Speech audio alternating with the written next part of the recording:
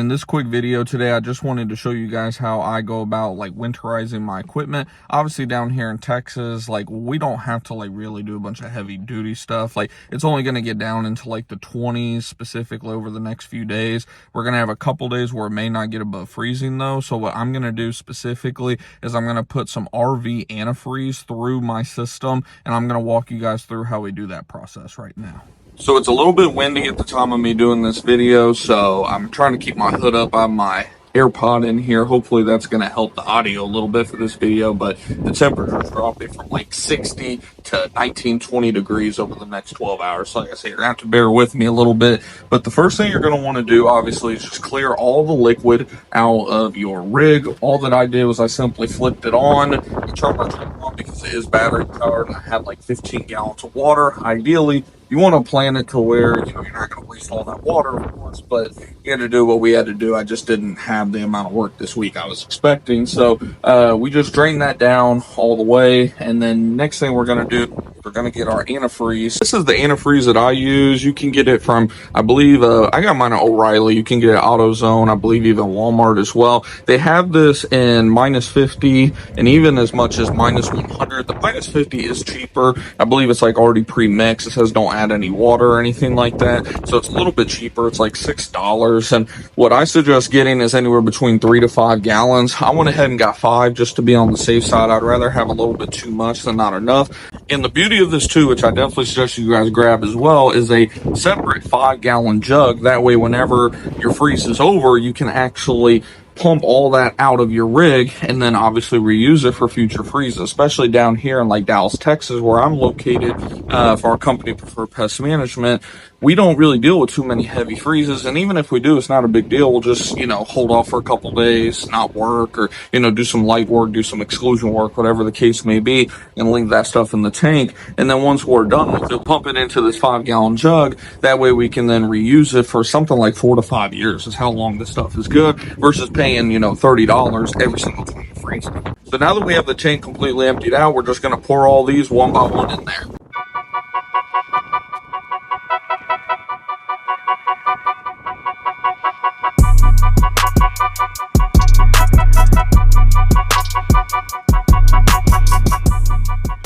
I should add, when you buy this, you want to buy more than enough. Like I said, I bought 5 gallons of this. You probably only need 3, to be honest, but I wanted to also buy enough for our Flow Zone sprayer and our B&G. Even though I'm more than likely going to bring those inside, you just never know. Like if you're just being an idiot, you obviously leave it out there. You want to just give yourself a higher probability of your stuff surviving. And besides, it's not going to hurt your tank either, because obviously it's antifreeze. It's not going to expand in your tank.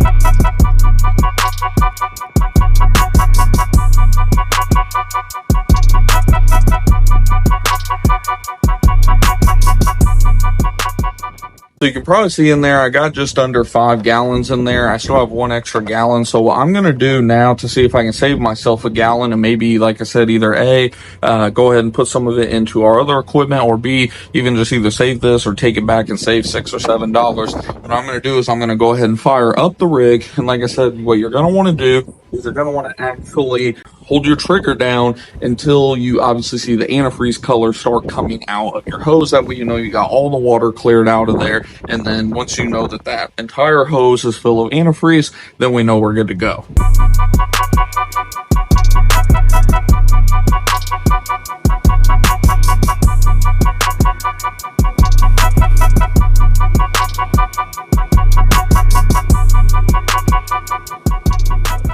So I went ahead and kept spraying for about a minute after, maybe even less, 30 seconds to a minute after I noticed that some of that pink spray was coming out. And it's very hard to tell that it is pink. So the easiest way to be able to tell is whenever you see it start foaming up, then you know that that's the antifreeze. Now, obviously, if you have a chemical mixed in there, which I didn't, I never really put chemical in there unless if we're doing termite treatments. But obviously, if you have chemical, you want to apply that chemical first and foremost to the appropriate spot, or like we said, said, have your 5-gallon jugs that you fill it up with, that way you can reuse it later, whatever the case may be. Obviously go by the label and the laws and all that stuff, right? But I just had water in there, so for us it was easy, because once I noticed that started foaming up, I noticed it was the antifreeze. But like I said, it does have a pink tint to it, like you can see in there. Some are green, some are blue, just depends what kind you get. But what I'm actually going to do is I'm probably still going to put about half a gallon in there, just to make sure we have a little bit more than enough. I like to have just a little bit more than enough,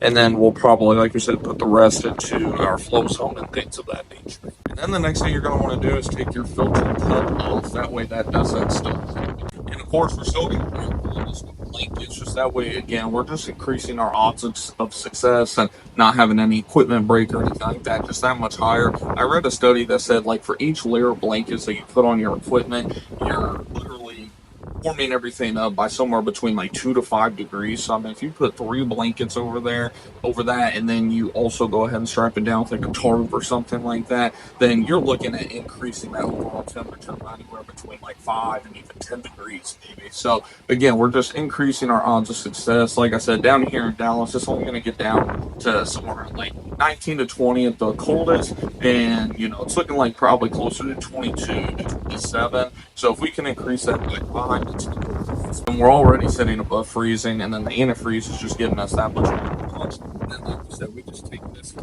off. That way we don't have to worry about it cracking. I'm sure if you've been in the industry longer, then you could probably crack 1 or 2 of these in your time. I've cracked 2 so far, but I haven't had one crack ever since I started remembering to take this stuff. I thought wrapping it would be enough, but it's just better safe than sorry. It doesn't harm anything by going ahead and taking it off. The antifreeze is still inside of everything, and then, like we said, we're going to wrap everything up too on top of that, so everything will be looking good. So hopefully you guys did find this video informative and helpful. If you did, do me a favor and smash the thumbs up button and share it with somebody if you know somebody that could benefit from knowing this information.